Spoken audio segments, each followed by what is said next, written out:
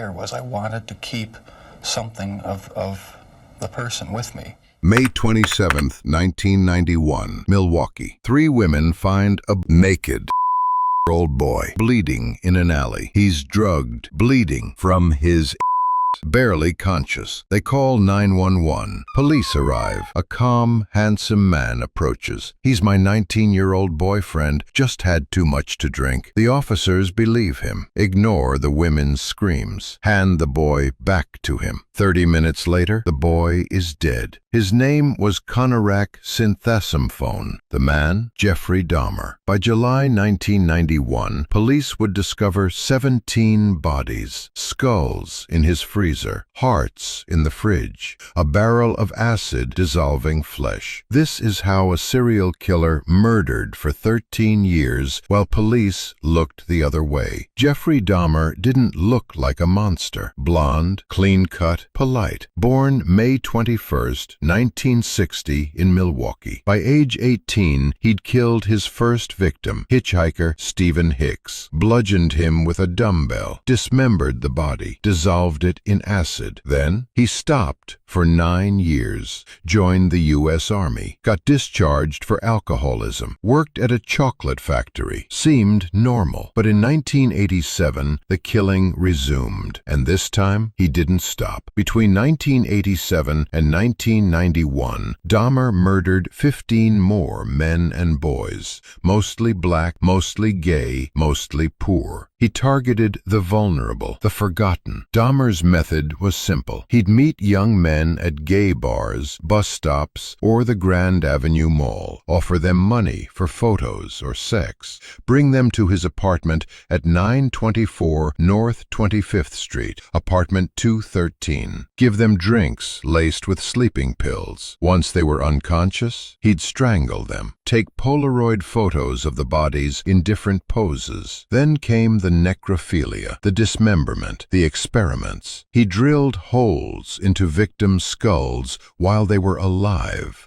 pouring hydrochloric acid into their brains, trying to create sex zombies who couldn't leave. He kept skulls as trophies, body parts in the refrigerator. And yes, he ate them. Heart, biceps, thighs. He said it made him feel like they were part of him. Oh, bizarre, the desire was I wanted to keep something of the person with me. Here's what makes this case different. Dahmer was reported to police multiple times, and nothing happened. His neighbor Glenda Cleveland called police repeatedly about terrible smells, screams, and strange activity. They ignored her. She was black. Dahmer was white. In 1988, Dahmer molested Konerak's older brother, 13-year-old Konerak Sinthasomphone. Got 1 year in prison. Released after 10 months. Still on probation in May 1991 when he met 14-year-old Konerak at the mall. After drugging Konerak and drilling into his skull, Dahmer left to buy beer. Konerak escaped, naked, bleeding, confused. 3 women found him, called 911. Then came officers John Balcerzak and Joseph Gabrish. Dahmer told them Konerak was his adult lover. The officers? They laughed, made homophobic jokes on the radio about reuniting the lovers, ignored the women's pleas. Is the intoxicated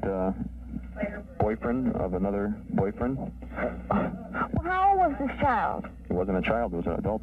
Never ran Dahmer's ID, which would have shown he was a registered sex offender. Escorted Konerak back to Dahmer's apartment, where the decomposing body of Anthony Hughes was rotting in the bedroom. 30 minutes after police left, Konerak was dead. 5 more men would die before Dahmer was finally caught. July 22nd, 1991. Tracy Edwards, 32, escapes from Dahmer's apartment apartment with handcuffs dangling from his wrist. Flags down police. Officers go to apartment 213. Dahmer seems calm, cooperative. Then an officer opens the refrigerator. A human head stares back. They find Polaroids of dismembered bodies, 7 skulls, 3 torsos in a barrel, hands, genitals in the freezer. The apartment was a slaughterhouse. Dahmer confessed to 17 murders over 60 hours of interrogation. He waived his right to a lawyer, said he wanted to put an end to the horror I created. February 1992. Dahmer convicted of 15 murders in Wisconsin, sentenced to 15 consecutive life terms. May 1992. Convicted of Stephen Hicks' 1978 murder in Ohio, 16th life sentence. The officers who returned Konerak fired in September 1991, then reinstated with $55,000 back pay after appealing. Balcerzak later became president of the police union, retired in 2017. November 28, 1994. Fellow inmate Christopher Scarver